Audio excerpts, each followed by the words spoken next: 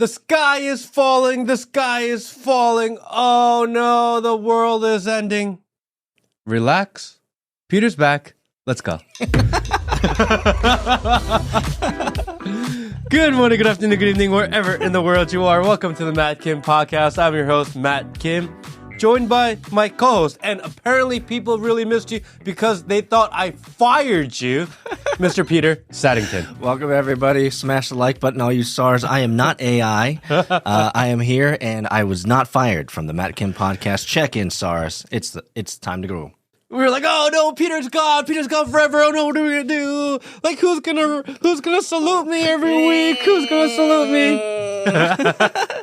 A lot of SARS were whining. They were unhappy to see the Peter SAR. If you're glad to see Peter back on the show, because it's been a week. Smash the like button. For some reason, it feels like that week felt longer.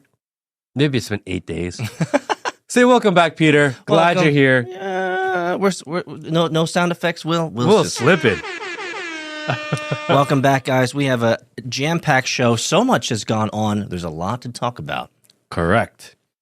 First, I want to lead off with 2 days ago, I had my internet pastor come to Atlanta to record a podcast episode. And we actually did an episode for 3 hours. Wait, hold on.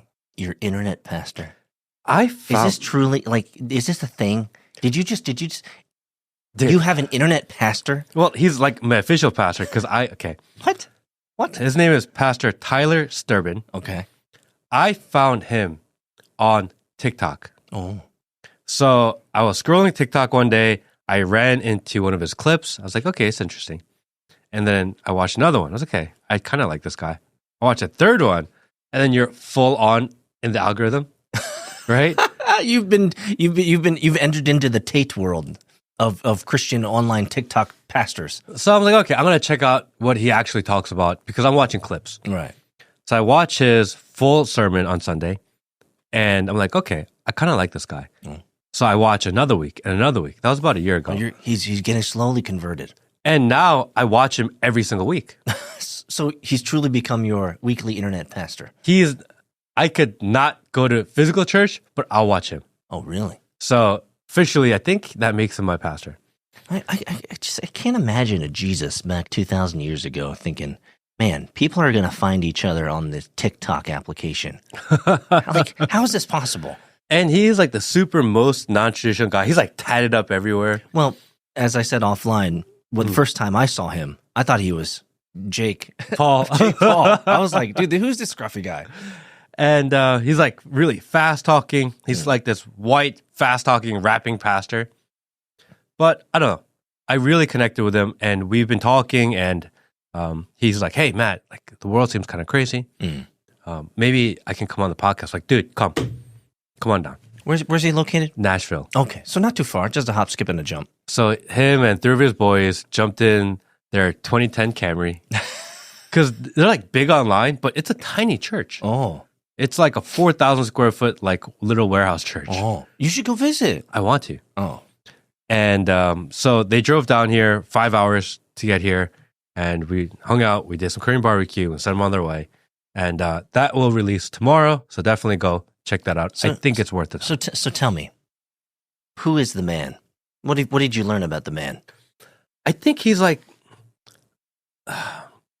I love that he is so non-traditional. I am so sick of the institutional type of church where it is so performative, it is so money hungry, where it is a lot of, you go to church for 20 minutes or sit there for 20 minutes sermon and they kind of, their goal is to make you feel better so that you give them a little more money. And then that is a usual trope of the general Sunday experience for sure. And I'm over that. So to run into a guy that is so anti that. Antithetical. Yes. I loved it. I'm good for things. Welcome back, Peter. So here's my question. You and I both, people have blamed us for being conservative. I'm going to use that word. And I think that's an appropriate term because we want to conserve certain values, certain traditions. So here's my question. When it comes to church, are there some traditions that are still valuable? I think, well, because there's an orthodoxy of church experience that can seem very bland, dull, and very rote, very religious, very kind of we do 1, 2, 3, 4, 5 in succession. But at the same time, some of those traditions can have spiritual, cultural value at some level. So I'm curious. If that works for you, go for it. I'm not here to say you can't do that. But nowhere in the Bible does say you got to have like a big band. Fair enough. And have $1 million production. Or sing hymns, yes. Or do the catechism. Yeah, I think that the Bible is the Bible. There's a clear outline of what you should and shouldn't do. And then everything else is left for interpretation. But for certain churches or certain denominations to say, well, you have to do it this way because we say so. It's like, well, the Bible didn't say so. You said so. Who made you decide what we have to believe when that's not what the book says? Fair enough. So what grabbed your attention? Is it his method and his means and the way that he communicates? Or is it the hardcoreness, or is it the message that really grabbed you? I think it's... Because if it's the former, then there's a lot of performative arts in the speaking fast, being active, engaged, but then there's the kind of the substance of the message, right? I think that he does really well at keeping it really core to just what the Bible says. But he does it in a way that's engaging, and he does it in a way that attracts attention. But at the same time, he doesn't drift very far from kind of the core. So he would be, because you've interviewed and you have a good relationship with Pastor Doug Wilson. It's like the opposite of him. Well, that's kind of what I'm bringing up, this juxtaposition, because there's a lot that you love and respect, and I know you love and respect about Pastor Doug Wilson. And this Tyler Durbin guy, that he's your weekly sermon guy. So where's the balance? Because you like both ends of the spectrum. I like that I like the Christian nationalist side, and because he's very orthodoxy, very ultra conservative, very letter of the law, very letter of the word as well. Correct. But his approach is dramatically different. Very different. I think that I like how Pastor Tyler Durbin is really trying to build a mission to get like really anybody, try to make it accessible. This idea that for people who don't understand anything, like seekers. Yeah. He's going to prisons and into the ghettos, and he's talking to homeless people, and he's like trying to do what we're supposed to do, which is reach everybody and to help people that maybe are maybe not living as good of a life. So he's trying to make it accessible. So and he's kind of taking the Paul approach, the Paul the Apostle approach, like I will be all things to all men so I can reach all men. Correct. Whereas Pastor Doug Wilson has a different approach. It's very theological based. It's very word based and very scripture based, and a lot more long form based. And so what's great about the kingdom of God is that you can have evangelists like Tyler and like Pastor Doug Wilson who fit and format different needs in the world. Yeah, right? And Pastor Tyler, his sermons are like 1 hour. So there's nowhere to hide. He's talking for an hour long, which I think is interesting. It's like a very old school way to do things. Fair enough. Now it's like, all right, get in, get out. Like, let me give you the message. Here's a PowerPoint and going away. This is just like him ripping for an hour. So So when you say he rips, so he essentially does like a dialectic, right? Where he just stands up and he just says, "This is the idea. Let's talk about it." Yeah. This is like one, 2, or 3 verses, and I'm going to bring context and life to those 3 verses, and I'm going to spend an hour trying to break down these 3 verses and how it affects your life and how it can relate to you. And it's not. It puts it in a way that's relatable to people, and I think to common people. Well, knowing you, you wouldn't have invited the man to go, have a conversation, break bread with him, talk, meet his homies and all that stuff, unless there was, let's just say, an opening in your heart to seek understanding and to seek, that's it, seek understanding about what this man's all about. So I'm curious, what did you learn about the man? What did you learn about the man, the mission, and and what he's trying to do? He said this one thing that I really appreciated. He said, there's a lot of churches out there that try to, and like businesses, they try to spend $1 million to reach 1 million people. Mm-hmm. And he was like, I'm trying to spend $0 to reach 1 million people because I think if I put my ideas and words and out there and I believe in what I believe, then it will reach the people it's supposed to reach. And that's like very similar to our model. We haven't spent $1 million to reach 1 million people. We just do what we do exactly. And let the ideas go out into the world. That's why it resonates with you, because you, like him, like hanging out with broke-ass motherfuckers who put in all this work and get no money out of it. Yeah, but there's something really honest about the way he's doing that, you know? That's fair. And I think it's interesting that this one guy in not the best of area within Tennessee from this tiny church is able to reach, I don't know, they're probably doing 50 to 100 million views a month. And it's just a couple of guys that came together and said, hey, let's just put our sermon on the internet. And now that they've done it, everybody's doing it. But they just... Do you think his message is landing because of what's happening in the world today? The uncertainty, the wars and rumors of wars, and people getting shot in the face and these types of things. Is his message appropriate for this time in our timeline, or is he just one of those guys who's just popped up on the scene in this timeline in this time and it just works? Do you think he's reaching the masses because of what's happening in the world, or do you think he's reaching the masses because his message is just that good? I think that he really has a pulse on kind of how the current generations, what they think about, how they operate. He understands kind of cultural trends, so he's able to take certain cultural trends and weave it into his message to make it relatable and how you can apply it to your real life. So he'll talk about like group chats and how, like, why are you guys are all talking about how it's really hard to communicate, but everyone's gossiping in the group chat. Like the fact that he'll mention group chats, it makes sense. It's relatable to people. Whereas the pastors, maybe in church, they wouldn't really understand that that's really where the conversations happen. Well, that's probably because he's of the younger stock. Yeah. But so final question here. Is he based?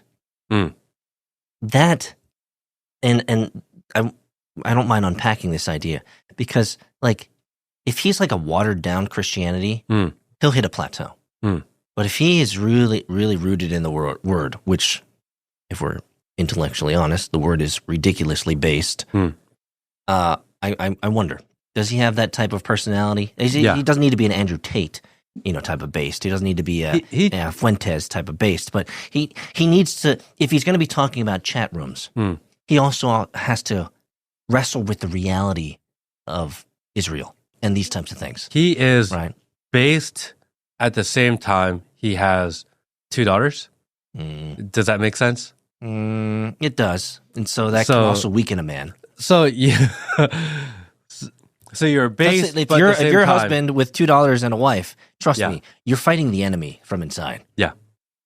Right? Because how many men have you seen, and where their women are the alpha and the man is the beta, and the women's like, let's go vote Democrat and let's do all this crazy stuff, and the man's just like, cuck, right?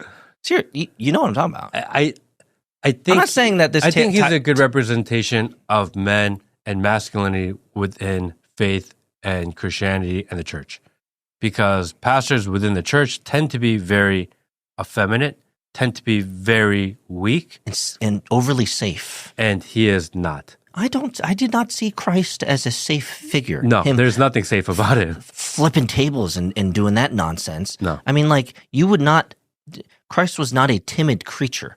He was a loving and gentle creature, but that doesn't mean you're timid. You can be gentle and strong. Right? It's not, I mean, the contrast would be the black pastor we saw over this last week. They're like, oh, if you have 1,000 plus 1,000, come up. And the one person came up and said, oh, I got 1,200. Like, that's not enough. More, sir. That's not enough. More, sir. Back of the bus. Do not redeem. It's not like that. You know what I mean? Like, they're trying to raise money for their church so they can move to a new building because they're busting at the seams because so many people are trying to show up. They don't even put their church address on their website. They've been doxxed though. Because they're bigger than they can handle. Yeah. And instead of doing this, we're going to raise a bunch of money and, hey, let's find the big donors that'll donate $100,000, $20,000, $50,000. They're like, hey, anyone here, $25 a week for year 2025. And if we start working together as a church to try to buy a new building, God will figure it out and we'll get there. Fair enough. And I love that. There's no like, let's do this big fundraiser and big drive, which a lot of the churches do. And all of a sudden, they buy a $10 million building. Buy a G6 plane. These types of things. They got a Bentley in you can obviously understand my reservation and my hesitation because there's nothing like culturally conservative about it at all. Because we've seen a rise in, let's just say, Zionist Christian pastors and them showing us their true stripes and colors as of recent. And so you can understand my reservation and hesitation because if he is of that same ilk, then that is a no-go for me. It's funny because it's like one of the things I ask, like any church I go to, it's like what I look up, where do we stand on this issue? The first thing that you do when you look up a church is, number one, you look up whether Palantir is surveilling your church. That should be number one. Is it funding it? Number two, you should go to their principles and values and whether they value the true Bible, not the Schofield. And if they have, number three, if they have any trans language in there.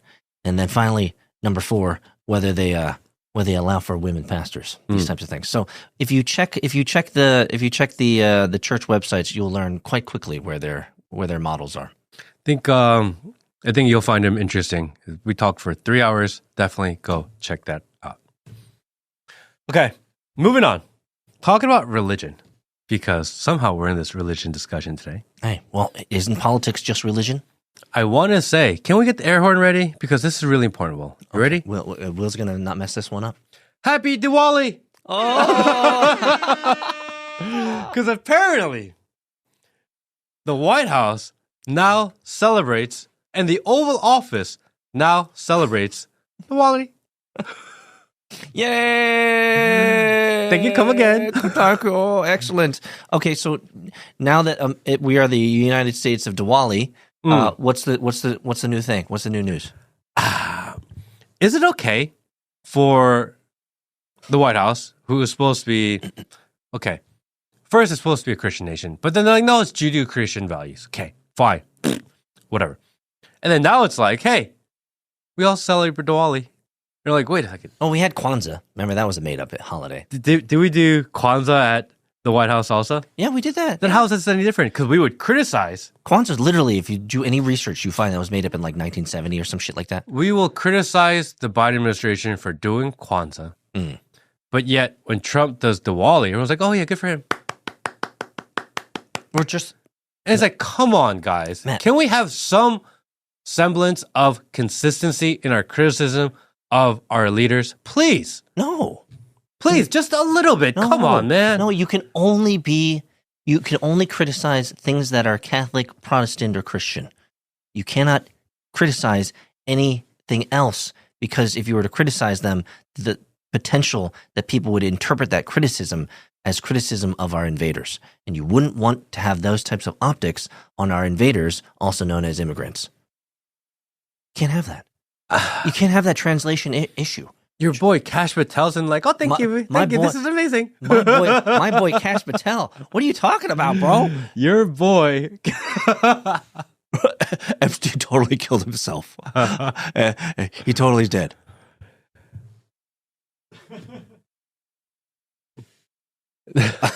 I'm done. I don't know if you're doing the Kash Patel or Stephen Miller. Oh, that's right. That's right. We have plenary authority. So I don't know. I don't want to dwell on that too long, but check in SARS. Well, and we have a lot of Indian people that watch us, by the way. Yeah, and peace, fair. Like if you celebrate that, fine.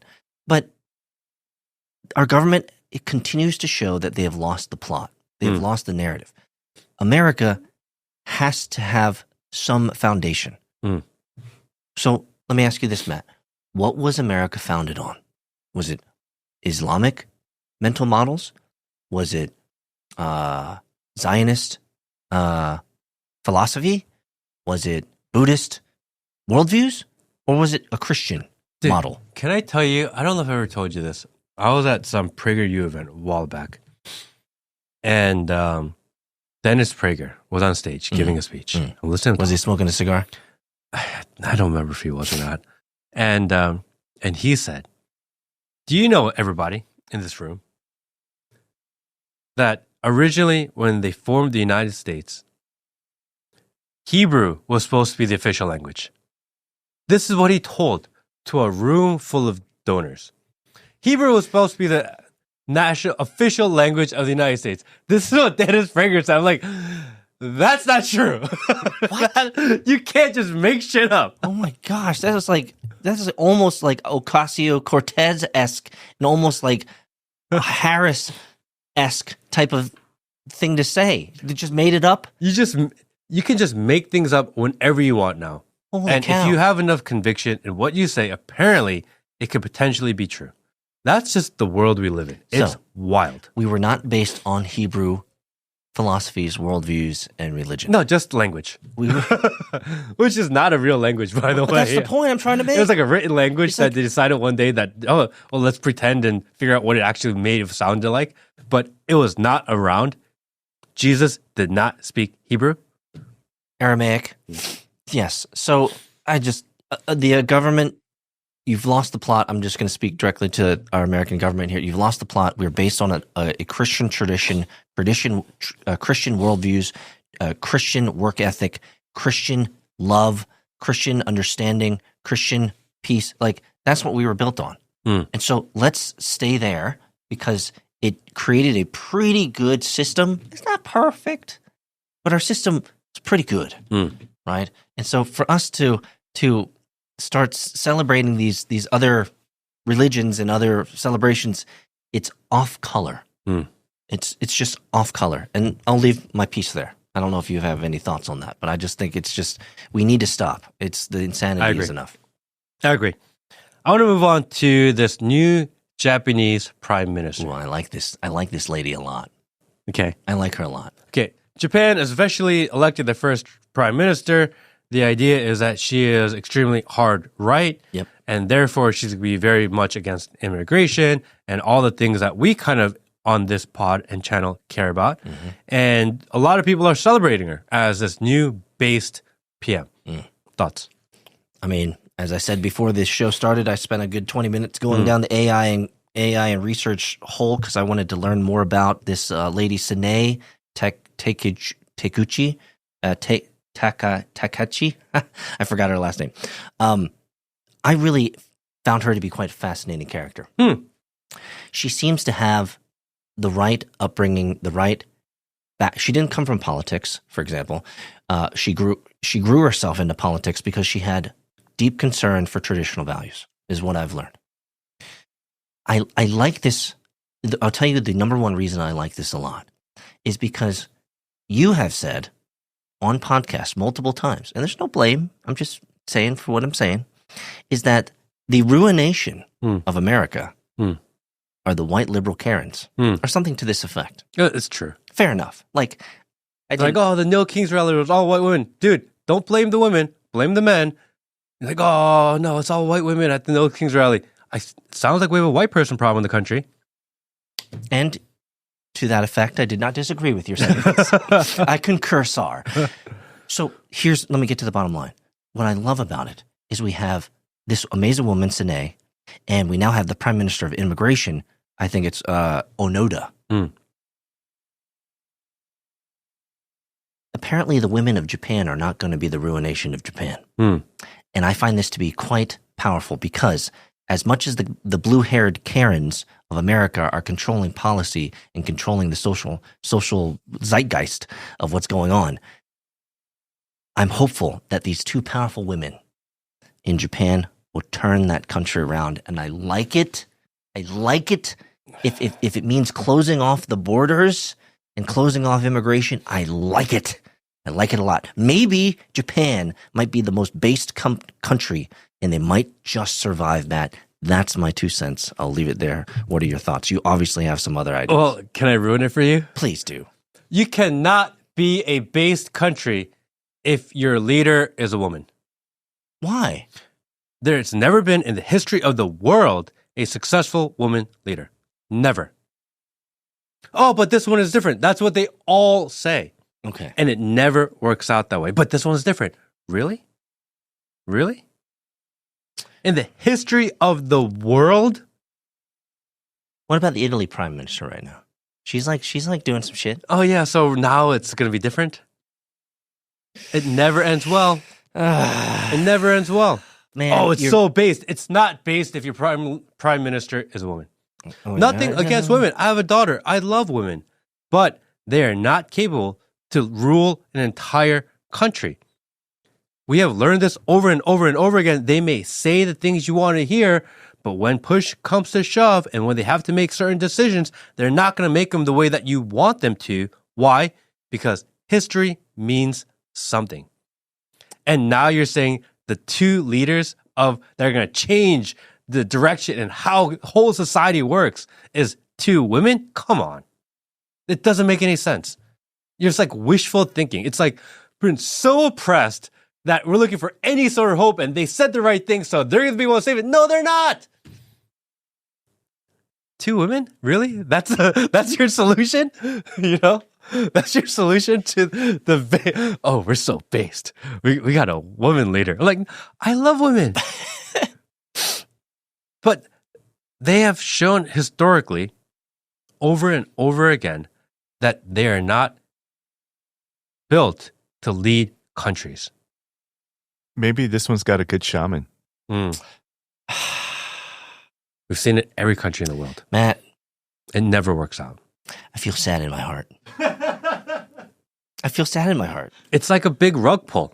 I feel really sad in my heart, They Matt. say the things you want to hear, all of a sudden they like, oh, got you. We got the woman in there. Like, oh, no, actually it was DI, suckers. You're like, damn it, got me again. You know what I mean? I hate the fact that this entire time I was listening to you very intently and at the same time rummaging through the vacuous amounts of repositories in my brain of history to try to think about when in history a women leader actually did the thing. And fuck. I couldn't conjure it up. No. They failed every time. Every time.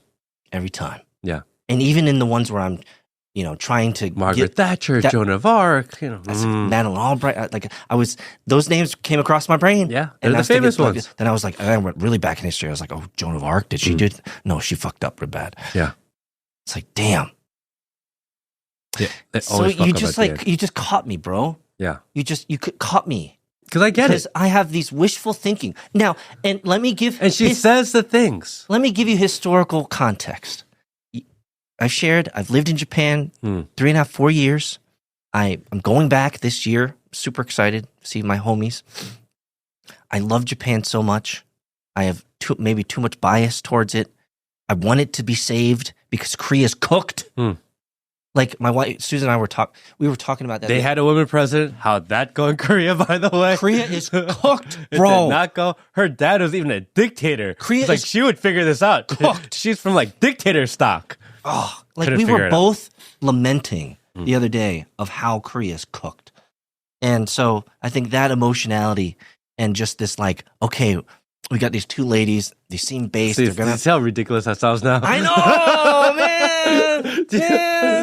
Oh, we're so cooked. But God, thank God that the women are coming to save us. It's like, oh, fuck. You know what I mean? We're not trying to be rude here. No, but I love women, but come there on. is- Even women will agree that you don't want a woman president. That's why Kamala never had a chance, because Americans don't want to vote a woman president because they know this doesn't end well.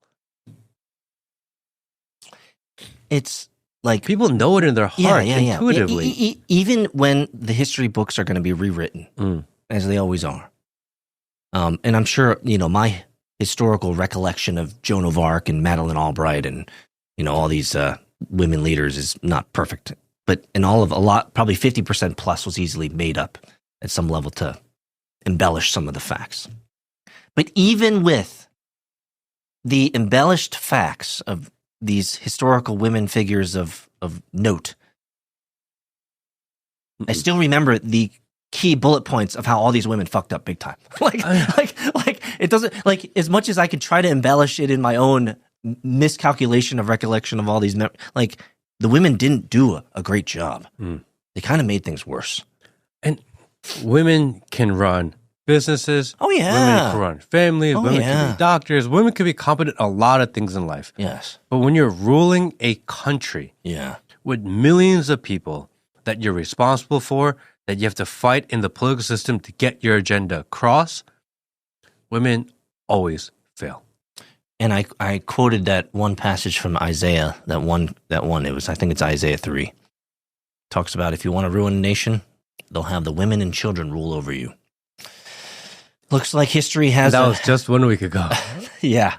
I mean, the history books aren't accurate, but they are directionally correct. Correct. And so the history books have told us.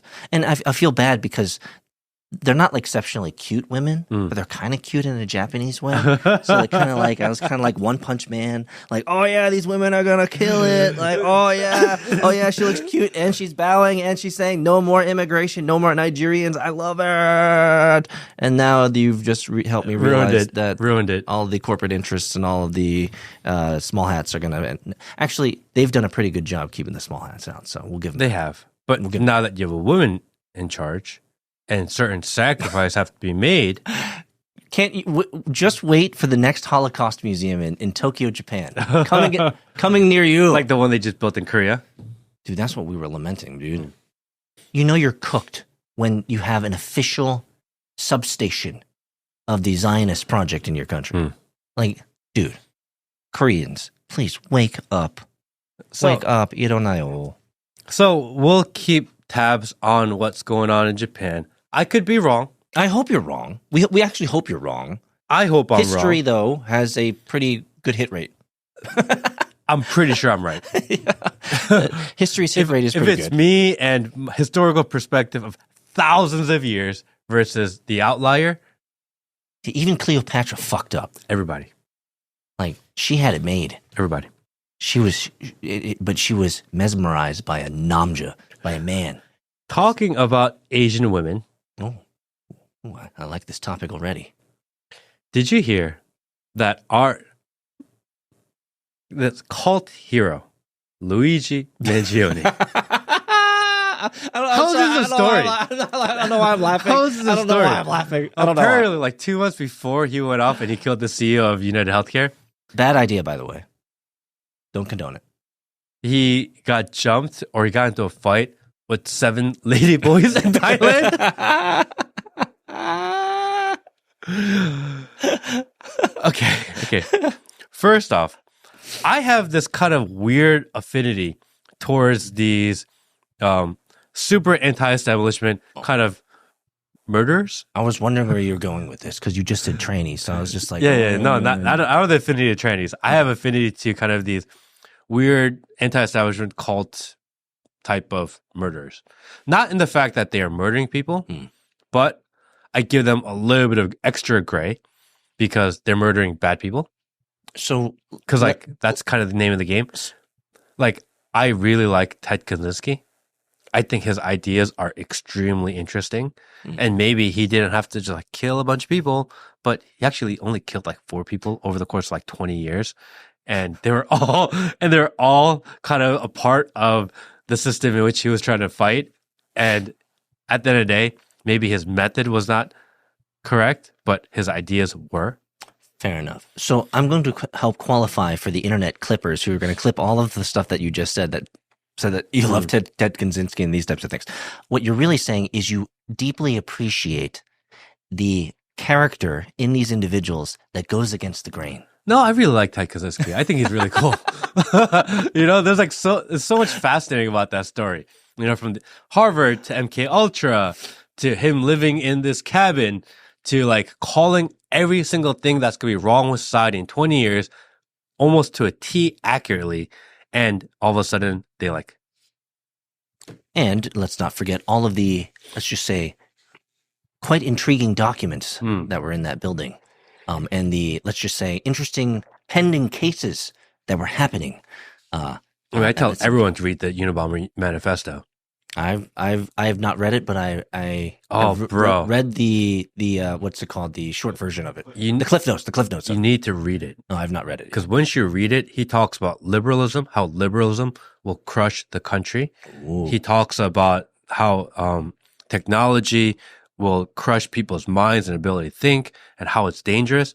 Everything that we see in the world today, he called it, and he was talking about it, he wrote about it. It's worth reading. So maybe he was just a harbinger of the future.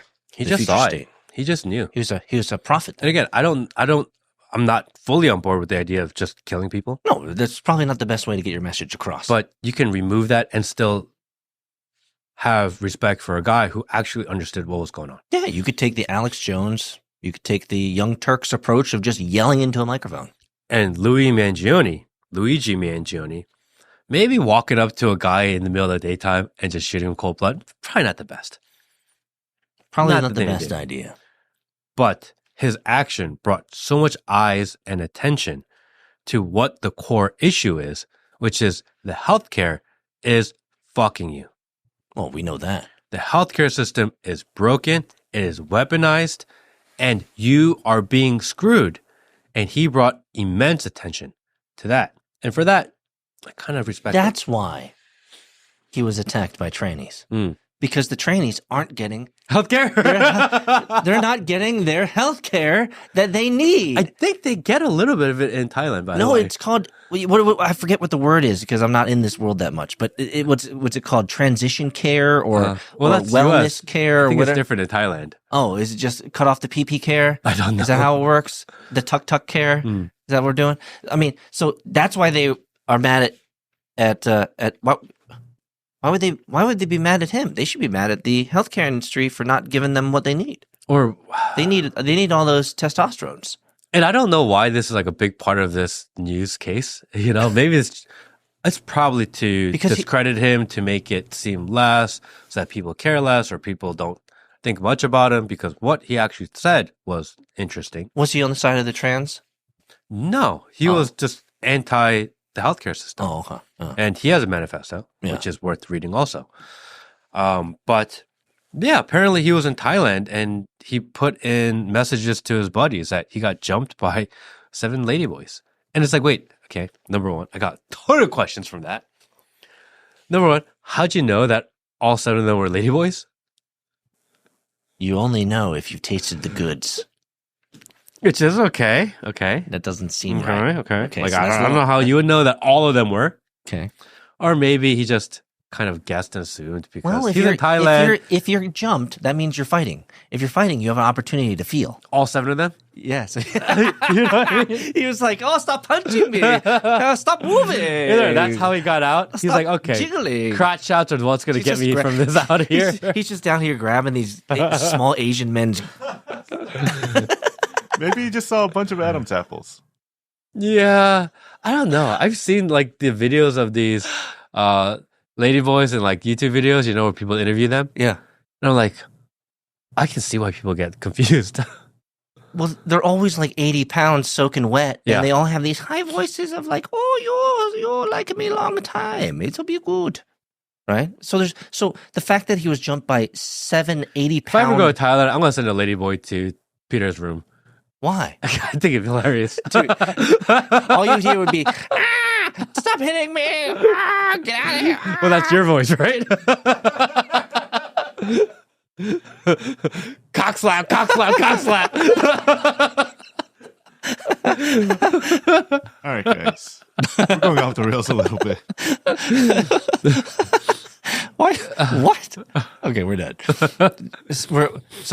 We are sorry for Luigi and his attempted attack, the attack on him from these ladyboys. Unfortunately, yeah. It's so weird. I don't even know where. I don't even have a conclusion to this. You know what I think? I think it's just you guys hilarious. in the comments. Let us know in the comments.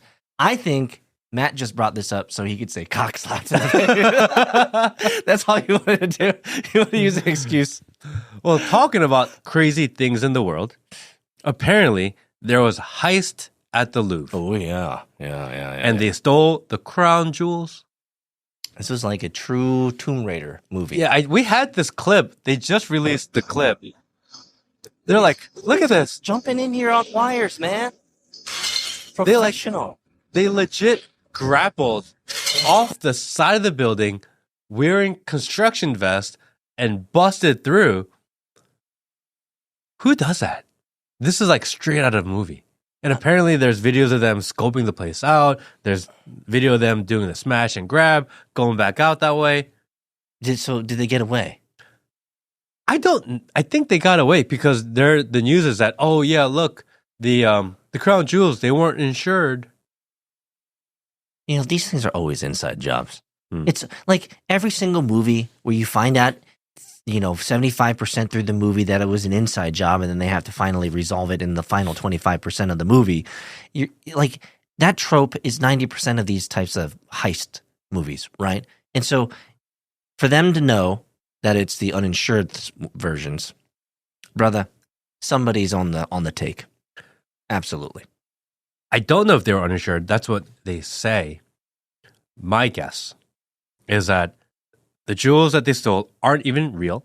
So they actually still have the real ones. Because why would you put the fake real ones into an exhibit? Like we know now with the Mona Lisa and even with dinosaurs, those aren't the actual dinosaur bones. Those are replicas of dinosaur bones. It's true. And we don't even know if dinosaurs are real. So we don't.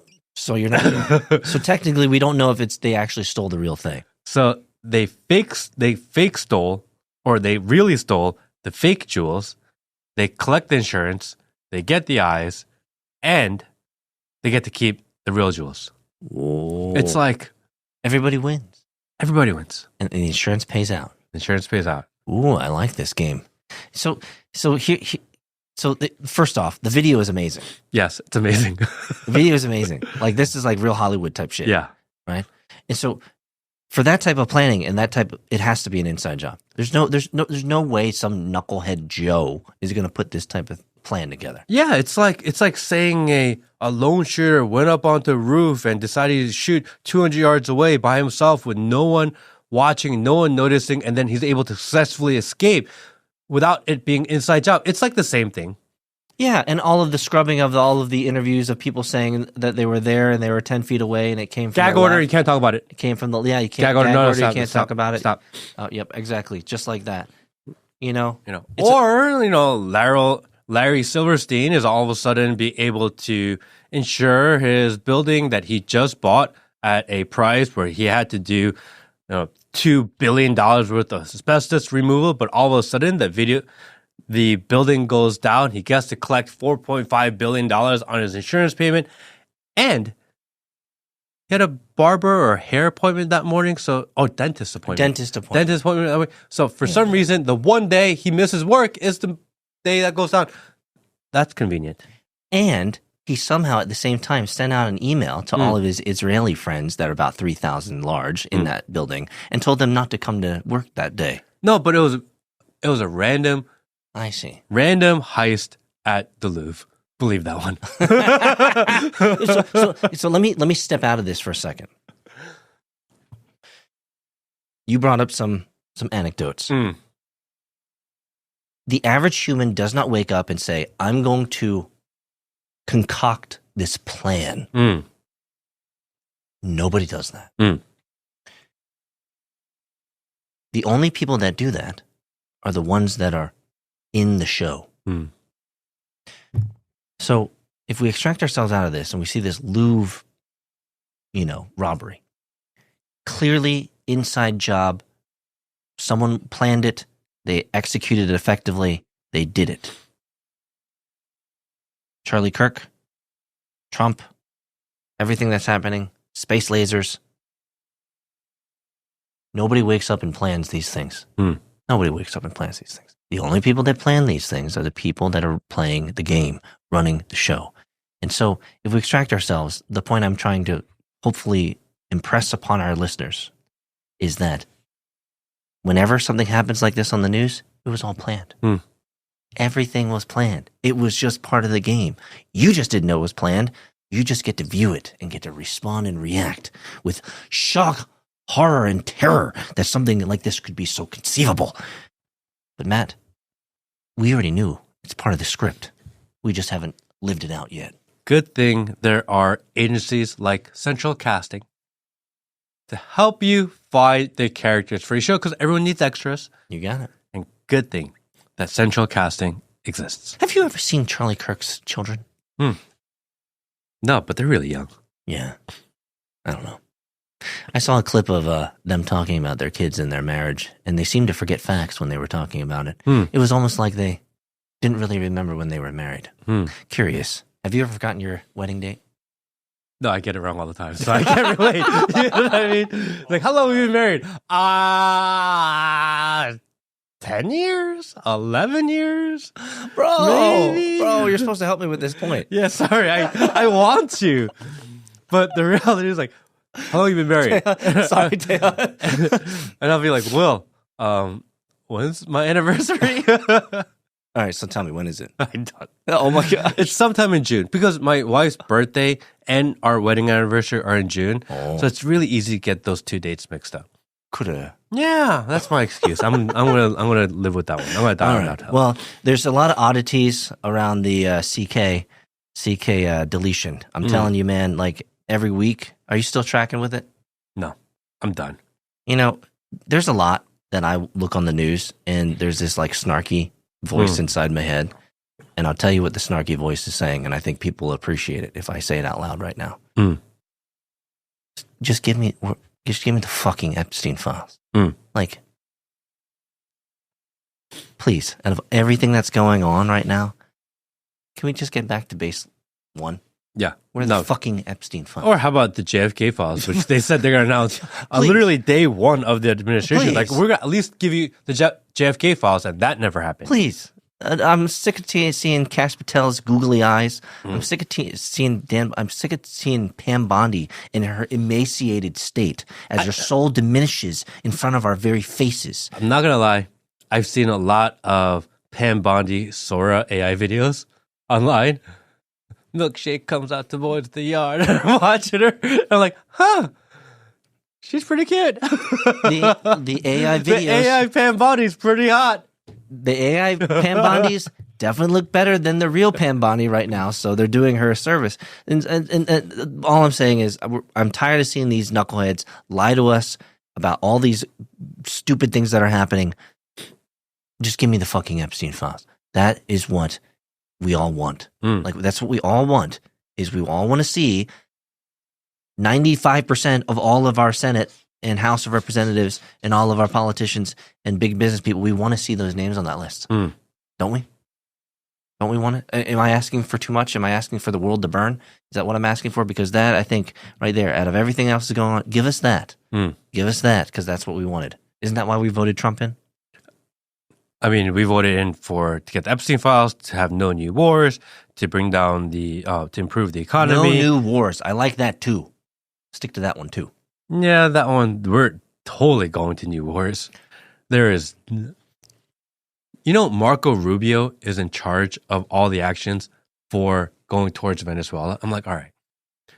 If you put Marco Rubio, the warmongering hawk that he is, the wall-kissing warmongering hawk that he is, and you're like, oh yeah, like there's drug dealers in Venezuela. Well, you don't put him in charge of the operation if you're going after drug dealers. He only has one tool in his tool belt. It's called a hammer. That's all he does. Only wants to go to war. Yeah, he just wants to spend. And don't get me on this whole Pete Hegseth and private equity. Yes, which I want to shift into right now.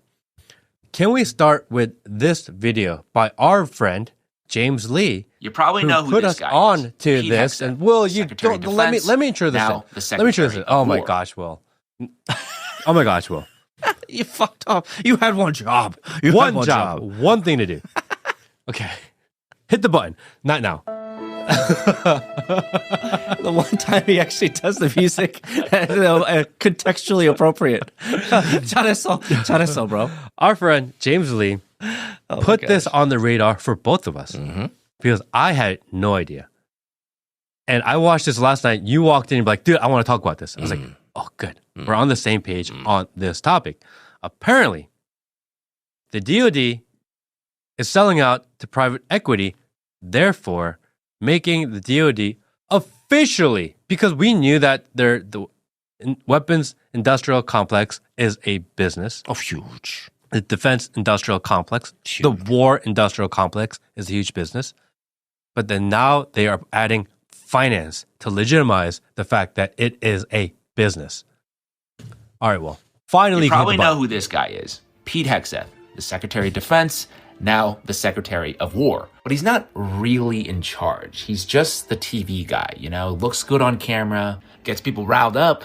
But there's actually someone else who runs the military. And that guy is billionaire Steve Feinberg, the Deputy Secretary of Defense. He is the Pentagon's chief operating officer overseeing the day-to-day operations of the agency. He's also the co-founder of Cerberus Capital, which is a defense-focused private equity firm. And guess what he's doing now?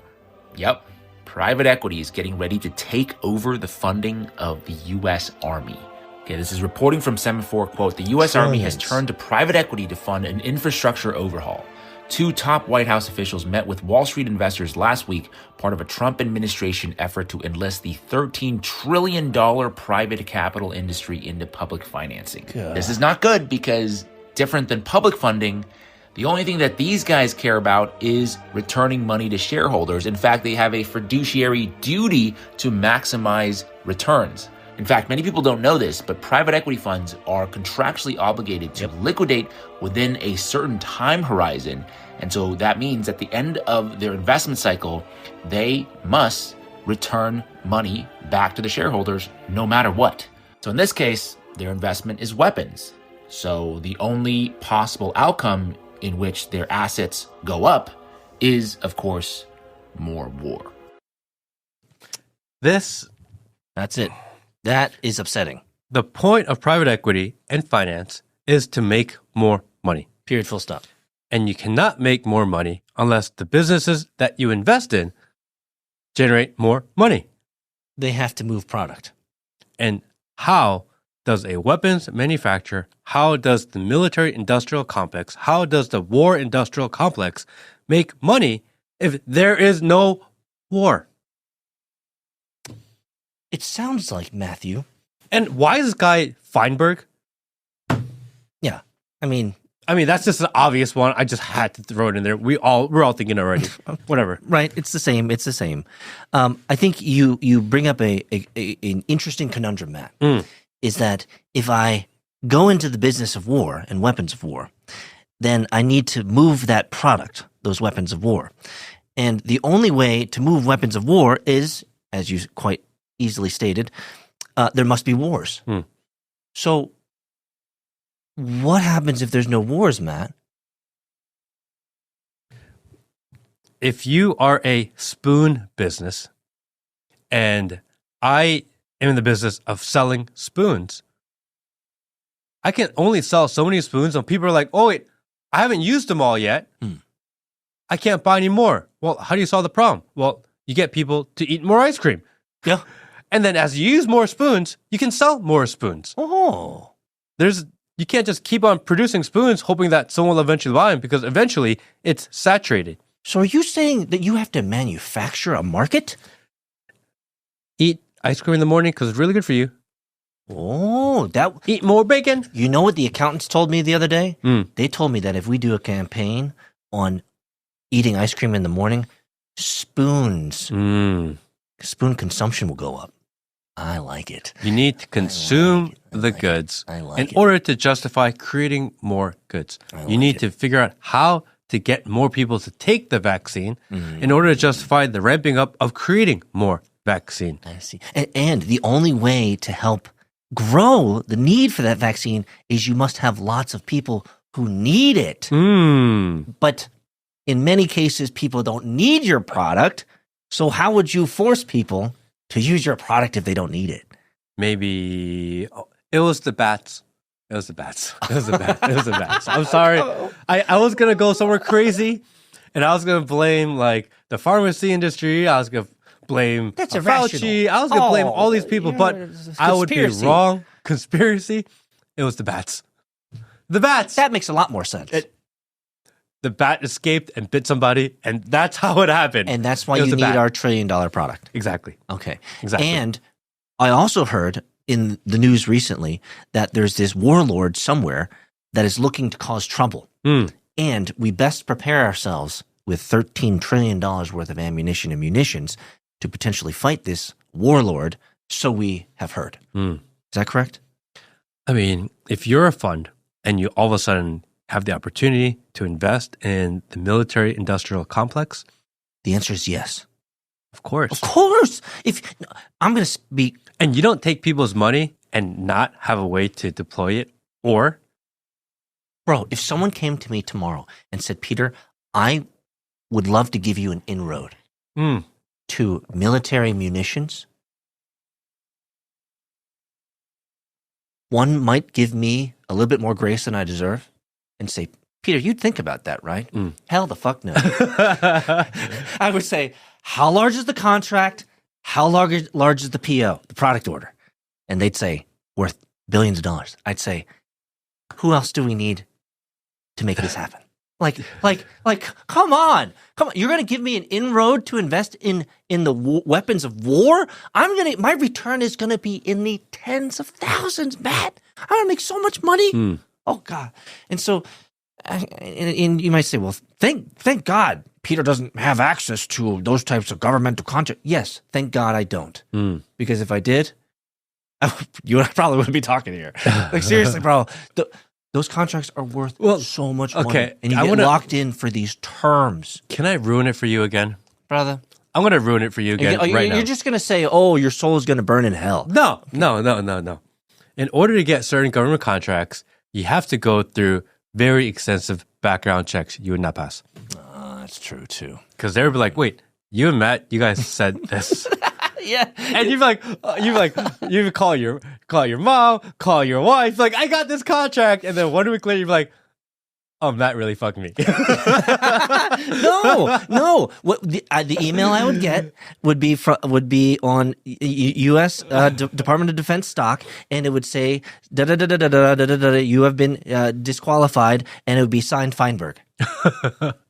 That's all I had to say. I had to go to the very end. Don't need to read any of the reasons. It says Feinberg at the very end, and I say, oh, I understand why you rejected me. I am very sorry that you will never get a DoD weapons kill chain contract. I apologize. I really do feel bad. But they will look you up. The choices I've made. Have AI scrounge for keywords. And once they do a keyword search on our podcast, bro. And the email that you get will say, nice try, Sar. Nice try, Sar. We know what your opinions are on the H-1B issue. Yes, you're probably right. I'm sorry. I really am sorry, but it is what it is. It's our life now. You've completely guys. Where's our recompense? You guys sorry, need to go, Peter's wife. You need really to go. Messed it up. You need to go to Patreon. You need to go support the Matt Kim podcast because there's no way that we're ever going to get any DoD contracts ever again. Never going to happen. Never going to happen. You fucked up my money train. Don't get between a man and his money. Talking about money. Apparently, we were up in arms. Country was so pissed off that Biden was going to forgive student loan debt. Oh, yeah. But wait, how can you reward people for not paying their bill? I paid my bill. I paid my student loan. I paid the interest. I had to deal with that shit for years and years and years, and I paid off every single time. I did too. But Biden was like, no, I'm just going to buy votes, and I'm going to pay off people's student loans. And people were like, dude, this is messed up. How can you just choose arbitrarily to give other people money, but not other people? That's the pay to play, baby. I had to pay off my student loan. So did I. And Trump said, this is bullshit. And MAGA and the right said, this is bullshit. We cannot allow this to happen. Well, we're doing it again. Oh, really? Yeah. Oh, man. We're doing it again. Man. Apparently, everything that they stopped in order to stop the student loan repayment for people and the forgiveness, they just turned it back on. So you think it's a good thing? There is a true tinge of unfairness that I think people can fairly feel. Like, it's fair to feel this. I mean, what about the people who opted not to go to college because they didn't want to take the debt, because they felt like it would be harder for them to get out, and they chose the harder route in life? Why are they being penalized? Well, they have to pay into the system that they don't participate in. And the people who got ridiculous fine arts degrees that have no value, that have no job, that are not actually contributing to society, But they work at Starbucks. they are getting their bad decision forgiven. Exactly. That's where I was And going. that was the case of the right during Biden. Or the left. But now Trump allows it, and it fucking crickets. It's all playing to that side. It's all playing to your side. Maybe there's a plan. Maybe. 5D chess. Well, I think people can be rightly frustrated with this idea, especially if you are the type of person like you and I who actually did the thing. We paid our debts, and it was costly. It does feel deeply unfair that someone who made a poor decision to get a lesbian underwater basket weaving degree would have that be forgiven. It doesn't make any sense because they're not actually providing any value to humanity. I mean, if you have a lesbian underwater basket weaving degree, you're probably running Netflix right now. You actually did pretty good in life. Probably making 240. Yeah. You're not wrong. Saying, guys, there's not enough trans in this one. We need to make sure that they use tongue next time. Not just perverts. 3 lady boys in this scene is not enough. Let's make it 7. Can I say something that I need to get off my chest? Is not the trans issue truly just a celebration of perversion? Isn't that what it is? Like, I had this notion the other day, and it just came to me right now, and I feel like I needed to make sure that it's public, so people, whoever wants to clip it, will say, okay, well, Peter, this is what Peter clearly thinks. But this is what I clearly think. I think trans is a true celebration of perverts. That's all it is. We've accepted people and their kinks and their perversions, right? Why? If you're a man and you want to dress up as a woman, that's a kink. That's a perversion. That's it. All we're doing is celebrating perverts. Am I wrong in this? I think this whole... I used to say a lot like it's mental issues, which is true. It's a mental issue. But I've been using this word internally in my mind, and I think it's more appropriate. We are just celebrating not a mental issue. It is a particular mental issue of perversion. That's what it is. I think we were, in a few years, very trans-focused, meaning that we were constantly putting attention on the trans issue. And because there was attention going to that issue, we had more people publicly saying that they're trans. But now that the attention, and people on both sides are kind of over the trans thing, there's not as much attention. Like, if you come out as trans, people don't actually care anymore. The shock value is gone. Therefore, we're seeing less of it. I used 3 years ago, 2 years ago, 4 years ago, when I go to the mall, I would see like trans people or like people that dress like trans walking around. I haven't seen that out in a very long time. Really? And I think what is that it's not as popular, and therefore people are doing it less, which to me says it was always an attention grabbing thing. Because the idea that men will chop off their dicks, it's kind of crazy. It's a perversion. It's a and kink. Now that people are like, oh yeah, I would do that. But then they're like, actually have to do it. Like, oh, I'm good. Well, I think you're looking at it from a slightly different perspective. Because even like the people that are overly gay, like, remember JoJo Shiwa or whatever her name is? Yeah. They're like, oh yeah, no, we like, it's a girl. She's like, oh no, I like boys now. Yeah. You know, like there is a reversion, and I don't think it's a cultural thing. I think it's an attention thing, to be honest. I think that because they're not getting the attention, the clicks, and the views, it's no longer as profitable. And anytime something mainstream takes a cult movement and makes it more mainstream, it loses the coolness factor. Yeah. So when it was underground and everyone's like, oh, I can't believe you're doing that, then there was like a generation who's like, yeah, I'm going to do it because it's really edgy and they tell me I can't. But now that you turn on Netflix and Netflix, oh yeah, this is normal. They're like, oh no, that's not cool anymore. And frankly, like they don't care as much anymore. It's just embarrassing. Yeah. Like there has to be a moment when that individual that's walking around, a man walking around as a lady in the mall, There has to be a moment when they leave that mall after they've gotten all the attention they wanted, and they're walking to that 1997 Toyota Corolla. They have to be thinking to themselves, what the fuck am I doing? What am I doing? Like, who am I? So anyway. I mean, they got, big ass size 13 feet and they're trying to put high heels on. Like, my feet hurt. I don't want to do this anymore. Bro, it's just embarrassing. So anyway, small segue, but so I just feel I agree with you. I think it's evil. I think there's something wrong with it, obviously. At the same time, I think it's kind of going away. I think we're jumped the shark. Yeah, I think we're trying to, like, the rights, like, the Charlie Kirk shooter was trans, and people are like, eh. And they're like, this narrative actually doesn't even work anymore. Yeah, kind of like don't care. Yeah, people don't care. Because they're like, oh no, like, you got to stop the trans ideology. And that was kind of talking point for like 24 hours. Yeah. But they couldn't even hold it past 24 hours. The country actually doesn't care anymore. You brought this up. Let me just ask you one simple question. Is the country over Charlie Kirk? Mm-hmm. Oh, fuck, man. Of course. We've moved on. I know. It's like a little niche corner of the internet. I hate admitting it. Yeah. But like, it's run its course. It's run its course. Candace Owens is doing everything in her power to try to keep the narrative alive. She is trying to keep this dead horse. It's fading. Beating this dead horse, yeah. man. Even her, she can't like keep on going because there's nothing left. Yes, and people are exhausted. Yeah. Fatigue. Fatigue. Yeah. Fatigue.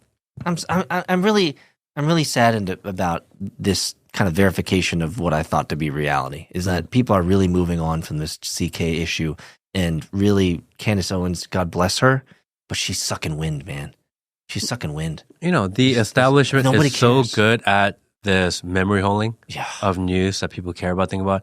Like, how many people actually think about or talk about the fact that we never got the Epstein list? Like, we brought it up today, but it's going to fade away. Nobody cares. It's done. Yeah. And we have Ghislaine Maxwell doing books and doing and saying that there's nothing there, and Trump's like, it's all like, bro. Yeah, they moved her from like maximum security to like a little resort right after she does an interview with them, and now she's hanging out in like nice cush side. She's still a pedophile. No, she lied under oth. But she gets cable TV, she gets internet access, she gets her spa treatment, and she gets time outside, plenty. Man. And she could do art and crafts. Her life is fine. Damn. Man, it's good to be a gangster. Good to be a gangster. See you gangsters next week.